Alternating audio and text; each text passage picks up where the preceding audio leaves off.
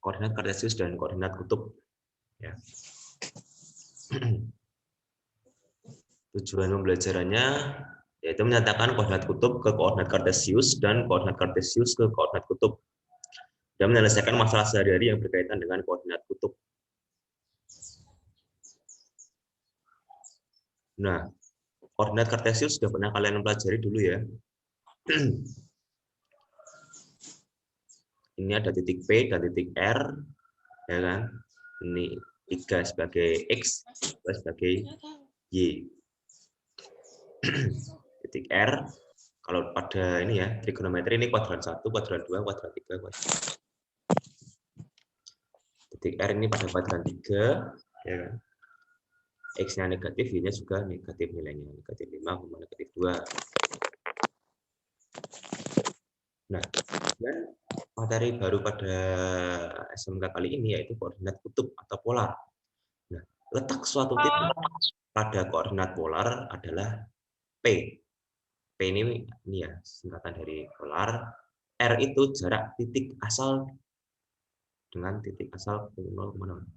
Jarak titik ini ya, titik P nanti, bukan titik asal, titik P dengan titik asal. Kemudian alfa itu besar sudut yang dibentuk antara garis. R ini 4, misalkan 4 itu dari titik asal 0,0 sampai dengan titik A, ini 4 satuan. Ya, bukan 4 cm atau 4 m, 4 cm, tapi 4 satuan. 4 satuan dengan sudut berapa? 30 derajat. Di sini 30 derajat. Kemudian yang di sini ada B, 6 satuan. Kalau kita ibaratkan ini lingkaran ya. Lingkaran itu kan berarti dia ini sebagai jari R, ya kan? 6 satuan. Seret. 6 satuan dengan sudutnya berapa?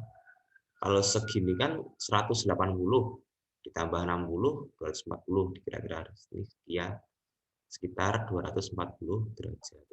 Nah, inilah letak koordinat kutub ya. Jadi kalau koordinat kartesius itu titiknya x, y, kalau koordinat kutub itu r atau jari-jarinya, koma besar sudutnya. Titik A 4,30 derajat itu maksudnya adalah letak titik A terletak pada jarak 4 satuan dari titik asal dan pada arah 30 derajat dari sumbu X positif. Ya, dengan arah putaran berlawanan arah jarum jam. Jarum jam kan berlawanan segini. Ini berlawanan arah. Seret ke sini. Seret. Berlawanan arah dengan jarum jam. Ini kan ke sini kan berlawanan arah. Ya. Seperti itu. Nah, jika diketahui koordinat polar r, alfa dan koordinat kartesius x, y, maka untuk menentukan jika diketahui koordinat polar r, alfa, maka untuk menentukan koordinat kartesius x, y adalah sebagai berikut. X sama dengan r dikalikan cos alfa dan y-nya itu sama dengan r dikalikan sin alfa. Contohnya gimana? Nyatakan ke dalam koordinat kartesius dari titik P. R-nya 8, alfanya 150 derajat. Nah, ini mau kita ubah ke koordinat kartesius. Berarti yang pertama kita cari X-nya. X-nya apa rumusnya? X R cos alfa. R-nya 8, cos 150. Nah, ini hati-hati. Cos 150 itu kan berarti dia berada di kuadran 2. Ya kan? Kuadran 2 kita ambil 180 dikurangi 30. Berarti sama dengan cos 30. Karena di kuadran 2, maka nilainya negatif. Ya. Cos 30 berapa? Oh, 1/2 akar 3. Nah, ini dikalikan. 8 kali min setengah, ya min 4. Min 4 akar 3. Seperti itu. Kemudian yang Y bagaimana? Y rumusnya R kali sin alfa. R kali sin alfa. R-nya 8, sin-nya 150 derajat. Sama, ini masih di kuadran 2. Kalau di kuadran 2 kemarin nilai sin berarti positif. Nah, di kuadran 2 kita ambil 180 dikurangi berapa supaya ketemu 150? Oh, dikurangi 30. Berarti di sini kita hitung menggunakan sin 30. Ini, gunakan sin 30. 30 berapa? 1/2. Sehingga 8 kali 1/2 sama dengan 4. Jadi koordinat kartesiusnya adalah T-4/3,4. Ya. Min 4/3,4. Kalau kita perhatikan di koordinat kartesius kan berarti sama ya. Min, positif itu kan berarti di kuadran 2. Oh, ternyata cocok dengan sudutnya. Ya kan? Sama. Oh, ternyata kalau itu letaknya negatif positif pas dengan 150 derajat. Ya kan? Sudah Pak Eko jelaskan.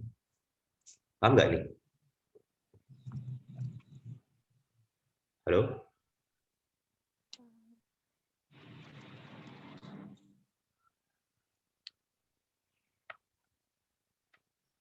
Paham, Mbak.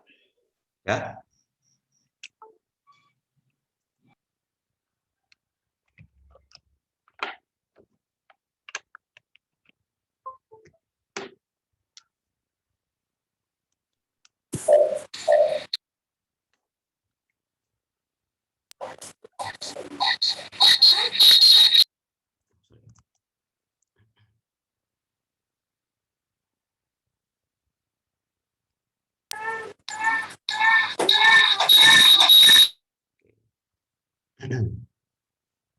Kalau Pak Eko gambarkan, 150 itu kan berarti dia di sini.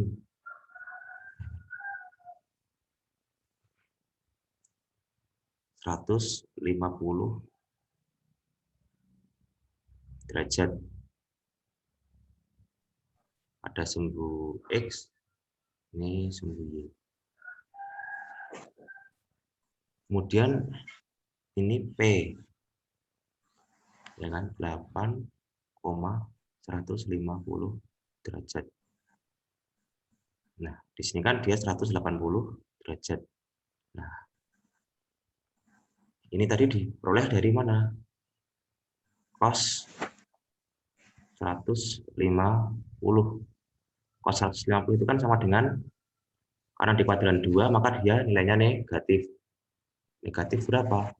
Cos 30. 30 dari mana? 180 kurangi 150. Sehingga hasilnya adalah min 1/2 akar 3. Kemudian dikalikan 8 ketemu min 4 akar 3. Oh, kalau kita ubah, berarti dia itu sebenarnya sekitar min 4 akar 3. Gitu. Kemudian yang Y, oh ternyata di sini dia setara dengan 4. Nah, berarti dia koordinat kartesiusnya adalah min 4 akar 3,4. Gitu ya. Mengubah koordinat kartesius, mengubah koordinat polar ke koordinat kartesius. Seperti itu. Jadi kita tentukan dulu cos-nya berapa, sin-nya berapa, dia di kuadran berapa, untuk menentukan positif negatifnya. Itu harus teliti, hati-hati. Ya. Berikutnya, sekarang dibalik. Jika yang diketahui adalah koordinat kartesiusnya, kemudian koordinat polarnya gimana? Nah, koordinat polar itu kan R, alfa. Nah, R-nya caranya gimana? Akar X kuadrat plus Y kuadrat. Sama dengan ini ya, mirip dengan teorema Pitagoras ya. Kemudian untuk mencari sudutnya bagaimana? Kita gunakan tan alfa, ya kan? Tan alfa Y per X. Contoh, ubah ke dalam koordinat kutub dari titik 4, negatif 4. Ini positif, ini negatif. Kalau pada 4 koordinat kartesius, ini kan positif, negatif. Oh, berarti dia ada di sini toh. Nah, ini kan positif, di sini negatif. Berarti dia ada di sini sudutnya, ya kan? Berarti sudutnya ada di kuadran 4. Nah, terus bagaimana cara mencari koordinat polarnya? Nah, kita cari R-nya dulu. R caranya bagaimana? Ya ini, akar X kuadrat plus Y kuadrat. X-nya 4 dikuadratkan, ya kan? Ditambah negatif 4 dikuadratkan. Ya, sama dengan 4 akar 2. Ini kan dapatnya dari mana? Kok bisa 4 akar 2? SMK aku ini iso ya. 16 tambah 16 sama dengan akar 32 sama dengan akar 16 kali 2 sama dengan 4 akar 2. Ini ya. Kemudian untuk mencari besar sudutnya ya. Jadi kita itu mau mencari besar sudutnya, bukan hanya tannya aja. Nah, besar sudutnya kita peroleh dari menggunakan tan alfa. Tan alfa Y per X. Tan itu Y per X. Kenapa Y per X? Karena nanti ini sama dengan depan per samping. Tan desa, depan dari sudut alfa. Samping dari sudut alfa. Min 4 per 4. Oh, tan alfa itu sama dengan negatif 1. Nah, tan negatif 1. Oh iya benar. Di kuadrat 4 ternyata memang benar kalau nilai tan itu negatif. Ya kan? Sin, tan, cos. Di sini yang positif itu sin, di sini yang positif tan, di sini yang positif itu cos. Ingat lagi materi yang sebelum-sebelumnya. Negatif 1. Wih, sopo sih? Waduh. Musa. Tolong dihapus nih, Musa.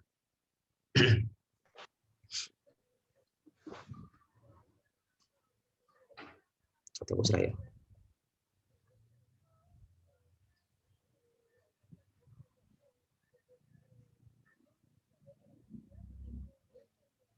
Nggak bisa ya, harus Musa sendiri yang ngapus. Pose lagi maksudnya. Aduh, Pak Biro tak setting.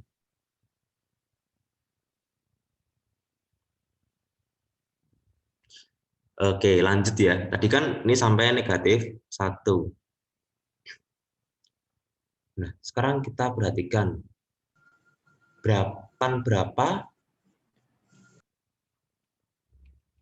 yang hasilnya kita abaikan dulu negatifnya. Kita perhatikan dulu satunya, angkanya saja. Tan berapa yang nilainya 1? Oh, ternyata itu tan 45 derajat. Ya. Tan berapa yang hasilnya 1? Oh, tan 45. Nah, karena di kuadran 4, maka karena di kuadran 4, kuadran KW 4, maka bisa kita gunakan rumusnya ini ya. 360 dikurangi 45 sama dengan 315 derajat. Itu. Nah, bisa juga nanti menggunakan sudut negatif, yaitu negatif 45 derajat. Karena kita ngitungnya ke sini berarti dia negatif. Kalau ke sini positif. Kalau berlawanan arah jarum jam, dia positif. Kalau searah jarum jam berarti nanti sudutnya negatif. Negatif 45 derajat. Nah, jadi koordinat kutubnya ada 2, bisa ini, bisa ini. Ya. Pada dasarnya titiknya 1, yaitu di sini, di kuadran 4. Letaknya sama, hanya penamanya berbeda. Bisa 4 akar 2, negatif 45 derajat, bisa 4 akar 2, 315 derajat. Oke, sampai sini ada pertanyaan? Yang lain? Pak, tadi 45 tadi didapat dari mana, Pak? Tolong ulang lagi, gimana? Yang 45 derajat tadi dapat dari mana? Yang ini? Ya, betul-betul. Oke. Kemarin ini ya, diingat-ingat sudut istimewa, kan Pak Eko pernah bagikan tabel sudut istimewa, ya kan? Tan itu dari sin per cos. Nah, ya kan? Sin dan cos yang nilainya sama berapa? Sin 45 per cos 45, ya kan? Sin 45 kan setengah akar 2. Terus cos 45 juga setengah akar 2. Berarti nanti tan 45 itu sama dengan 1. Ini. Jadi tan berapa yang hasilnya 1? Oh, 45. Terus nanti ada lagi misalkan soal yang lain lagi, tan berapa yang hasilnya sepertiga akar 3? Tan berapa? Tan 30. Nah, tan 30. Nanti kan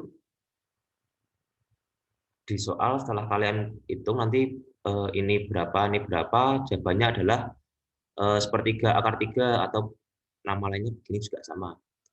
Sepertiga akar 3. Nah, ini tan alfa akar sepertiga akar 3 per 3. Berarti alfanya berapa? Oh, 30 derajat.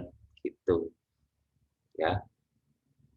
Nah, ini nanti belum tentu ini ya, tergantung nanti di sini dia negatif atau positif. Tergantung juga pada koordinatnya nanti.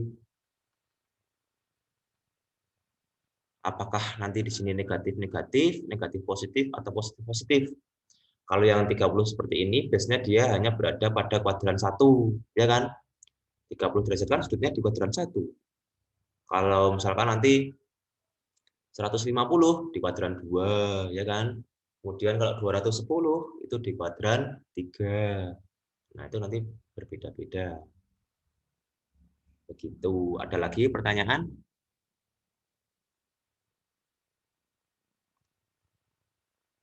Kalau tidak, kita lanjutkan.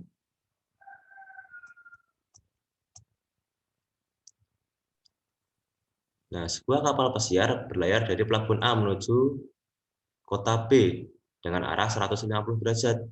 Kecepatan kapal pesiar adalah 15 km per jam. Setelah bergerak 10 jam, tentukan jarak kapal pesiar dari pelabuhan dan jarak kapal pesiar dari arah selatan dan timur pelabuhan.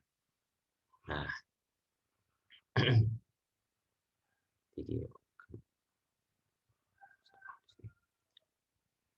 kapal pesiar berlayar dari pelabuhan A menuju kota B. Jadi aneh lagi. Dengan arah 150 derajat. Jret 150 derajat. Kecepatan kapal pesiar adalah 15 km per jam.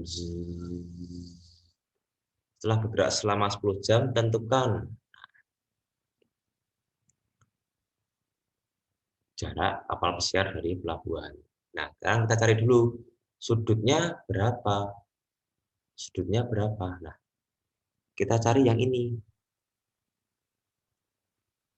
Ini kan dia di kuadran 4 ya, berarti.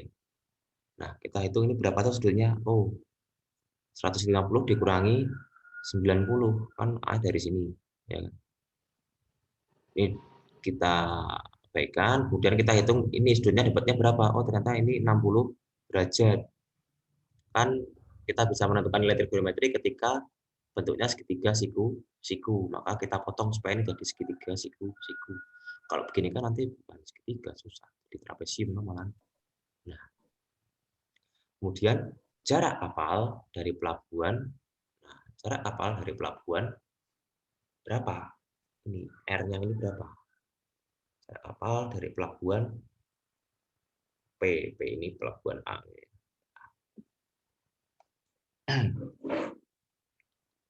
Berapa? Nah, 15 kali 10. 15 kali 10 km. Dari mana? Duh. Karena masih ingat nggak rumusnya dulu di SD? J sama dengan. Nah, pinter. kecepatan kali waktu. Ini kan yang ditanyakan dari pelabuhan alias dari titik 0,0. Berarti kita hitungnya cukup ini aja. Kecepatannya tadi 15 km per jam dikali waktunya 10 jam. Ini kan sudah dicoret jam dengan jam. Hingga 15 kali 10, 150 km. Sehingga kita ketemu R-nya itu atau jaraknya itu 150 km. Kemudian menentukan jarak kapal pesiar dari arah selatan. Dari arah selatan ini, arah selatan ini. Berarti kita gunakan segitiganya yang ini. Entah. Oh maaf, bukan segitiga ini. Kalau segitiga ini kita bisa pakai ininya nanti 30 derajat. Nah, menentukan jarak kapal dari arah selatan. Berarti kita ini mencari nilai X-nya. Nah, X ini sini ya. Ini X. Dari sini ke sini kan juga sama X.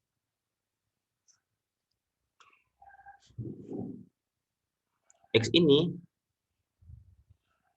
kan rumusnya apa tadi? R kali cos alfa. R-nya ketemunya tadi 150, ya kan? Cos-nya berapa di sini? Oh, cos 60. Nah, nih cos-nya yang ini ya, 60. Berarti 150 kali cos 60 itu 1/2 sama dengan 75. 75 apa satuannya? km. Nah, kemarin di PTS masih banyak yang belum ini ya, menyebutkan satuan-satuannya, apakah satuannya kursi, apakah satuannya meter, apakah sentimeter. Nah, itu coba dicek lagi. Nah, ini untuk menentukan nilai X-nya atau dari arah selatan. Kemudian menentukan dari arah timur. Timur berapa? Nah, ini arah timur, dari ini ke arah timur. Ini kan arah timur nih. Berarti kita gunakan Y sama dengan R sin alfa. Sama dengan tadi R-nya ketemu 150, sin-nya berapa? Sin 60. Sama dengan 150 dikali sin 60 setengah akar 3. Ini 75 akar 3. Nah, sampai sini boleh. Dikalikan dengan 1,7 juga boleh.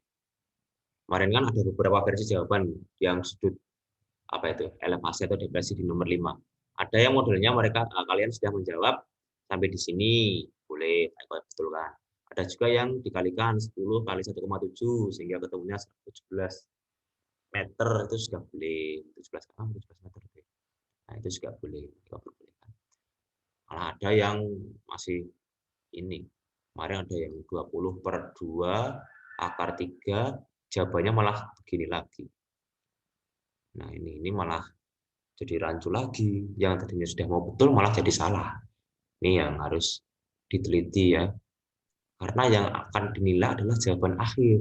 Ya kan? Kalau nanti kalian masuk ke perguruan tinggi, yang mau melanjutkan kuliah atau nanti ujian sekolah, yang dinilai kan ini toh, keputusan kalian yang terakhir toh. Ini kan masih proses. Nah, jadi harus hati-hati, harus teliti.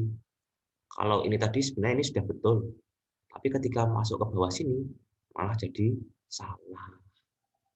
Ini padahal ini kan cukup langsung 10 akar 3 sudah selesai. Malah ada angka 2-nya ini yang bikin salah. Gitu. Ini untuk review Bang PTS kemarin. Oke, ini untuk yang apa namanya materi koordinat kutub dan koordinat kartesius, mengubah koordinat kartesius ke koordinat kutub dan sebaliknya. Nah, ini 1, 2, 3, silakan kalian berlatih secara mandiri. Untuk penugasannya, untuk yang dikumpulkan nanti di pertemuan berikutnya. Ini nanti kalian pelajari tata lagi ya, materi-materi yang sudah Pak Eko jelaskan tadi. Bisa juga kalian berlatih secara mandiri. Nanti akan Pak Eko berikan satu pertemuan itu tugas dalam waktu tertentu. Nah, nanti kalian selesaikan untuk pengambilan nilai. Selanjutnya materi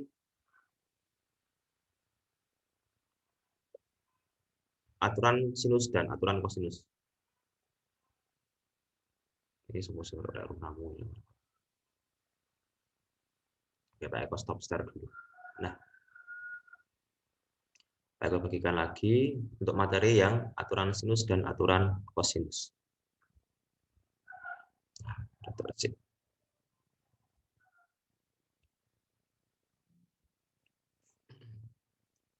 Oke, aturan sinus. Ini berlaku pada segitiga ya. Nah, aturan sinus ini bisa kita cari dari hubungan sisi dan sudut pada segitiga sembarang. Nah,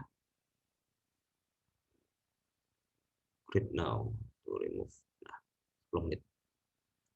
Kalau kemarin-kemarin kita hanya bermain di segitiga siku-siku, nah sekarang kalau segitiganya sembarang gimana Pak? Nah, hubungan sisi dan sudut pada segitiga sembarang ABC dapat kita nyatakan sebagai berikut. A per sin A itu akan sama dengan B per sin B akan sama dengan C per sin C. Kemudian pada lingkaran, ya, hubungan aturan sinus dengan jari-jari luar lingkaran, A per sin A sama dengan B per sin B sama dengan C per sin C sama dengan 2 kali R. R itu adalah jari-jari. Contohnya bagaimana? Nah, diketahui segitiga ABC dengan besar sekian. Tentukan panjang sisi A. Ini kalau misalkan Pak Eko belum buka ini ya penyelesaiannya. Sisi A kan di sini A ini kan berhadapan dengan sudut A, ya kan? Berarti kita bisa menentukan penyelesaiannya dengan menggunakan aturan sinus tadi. Apa aturan sinus tadi? Aturan sinus menyebutkan bahwa A per sin A akan sama dengan B per sin B. A-nya berapa? Oh, kita belum tahu, itu yang ditanyakan. Sin A, sin sudut A berapa? 30, berarti sin 30. B-nya berapa? Oh, 12. Sin B-nya berapa? Sin 45. Sehingga bisa kita cari A sama dengan 12 dikali sin 30 dibagi dengan sin 45. Tuh, ini kalian cari dulu juga boleh. Sin 30 kan sama dengan berapa? Ayo, berapa? Sin 30. Sin 30 1 per 2. Nah, sin 45 berapa? 1/2 akar 2. Nah, 1/2 akar 2. Nah, kalau ada semacam ini tidak perlu kalian hitung apa namanya akar 2 itu berapa 1, sekian. Nah, nanti saja. Yang ini kalian bisa sederhanakan atau istilah simpelnya dicoret, gitu. Coret. Sehingga hasil akhirnya adalah 12 per akar 2. Tapi nanti kalau ada ujian sekolah, ternyata di pilihan jawaban tidak ada, berarti kalian perlu kalikan dengan sekawannya. Ya toh? Kalau di sini akar 3 ya akar 3 gitu. Akar 5 akar 5 akar 5. Berarti 12 akar 2 per akar 2 kali akar 2 kan akar 4. Akar 4 berapa? 2. Berarti jawaban akhirnya nanti 6 akar 2. Gitu. Nah, sama ya. 6 akar 2. Sama toh? Jret. Sama. Nah, itu untuk menentukan panjang sisi. Nah, kalau menentukan sudut, nah ini dibalik aja kayak tadi. Yang penting penggunaan formula ininya kalian sudah bisa. A per sin A dengan B per sin B sama dengan C per sin C. Nah, nanti diputar-putar di sini. Nah, ini nomor 2 itu nanti bisa kalian uji sendiri secara mandiri ya. Kemudian aturan kosinus. Ada aturan sinus, ada aturan kosinus. Kalau aturan kosinus itu yang diketahui adalah ukuran sebuah sudut dan dua sisi yang mengapitnya. Ya. Dapat dinyatakan dengan rumus A kuadrat sama dengan B kuadrat plus C kuadrat sama dengan 2BC kali cos A. Jadi kalau mau mencari A, berarti B dan C-nya dikuadratkan, terus B dan C-nya dikalikan 2, kemudian biasanya kalau mencari A berarti sudah tahu sudut A-nya berapa. Kita cari cos-nya berapa. B juga sama, berarti selain B apa? A dikuadratkan, C dikuadratkan ditambah, kemudian A dan C itu dikalikan 2. Nah, karena sudah diketahui sudut B-nya, kita cari cos B-nya. Begitu juga dengan yang C. Contohnya gimana toh? Ini loh. Lihat. Diketahui segitiga BC dengan panjang sisi A7, C5. Nah, sudah tahu kan nih? A kecil kan berarti dia berada pada depan sudut A. C kecil berada pada depan sudut C. Yang ditanyakan panjang sisi B sini, ini B berapa? Nah, kita ingat lagi tadi B kuadrat itu kan sama dengan apa? A kuadrat ditambah C kuadrat dikurangi 2 kali A kali C kali cos B. Nah, enak atau mengingatnya? Selain B berarti A dan C ditambah dikuadratkan, terus dikurangi 2 kalinya, dikali cos B-nya sudah diketahui. Nah, langsung aja ya, karena tinggal beberapa menit. Maka dibuat oleh hasil akhirnya adalah akar 39. Nah, ini harus hati-hati. A kuadrat 7 kuadrat 49, C kuadrat 25. Nah, cos-nya 60 ya. Cos 61 per 2. Nah, ini dikalikan dulu, dihitung. 2 kali 7, 35. 2 kali 7, 14. 14 kali 5, 70. 70 kali setengah. Ini dihitung dulu. Ya, dihitung dulu yang di belakang. Ketemunya 35, baru hasilnya dihitung. Jangan lupa di sini masih B kuadrat. Nah, kan yang ditanyakan apa? B-nya toh. Nah, berarti B sama dengan akar 39. Cukup sampai di situ saja. Begitu. Tidak perlu sampai yang berapa, koma berapa. Nah, nanti silakan dicoba nomor 1 dan 2 ya. Minggu depan kita berlatih. Terima kasih. Oke. Kita patuhi protokol kesehatan, jaga jarak, pakai masker, jangan pakai sabun, dan tetap semangat belajar karena ini ya sudah ada edaran sih, himbauan, anjuran untuk segera melaksanakan tatap muka. Targetnya yaitu mungkin pas puasa nanti mungkin. Kalau seperti itu, ada pertanyaan? Ya, Pak. Tidak ada. Nah, sekarang untuk hari ini silakan kalian catat materinya ya. Kemudian bisa berlatih secara mandiri untuk asah kemampuan aturan sinus, aturan kosinus, dan mungkin yang kemarin koordinat kartesiusnya belum bisa berlatih secara mandiri. Besok akan Pak Eko beri pembahasan. Kemudian pertemuan berikutnya berlatih dan mengumpulkan tugas. Karena memang apa namanya mengoreksi 180 sekian itu juga lumayan ya, lumayan pegel dikalikan dengan tugas-tugas kalian. Nah, terima kasih atas waktunya. Selamat pagi. Assalamualaikum warahmatullahi wabarakatuh. Waalaikumsalam warahmatullahi wabarakatuh. Waalaikumsalam warahmatullahi wabarakatuh.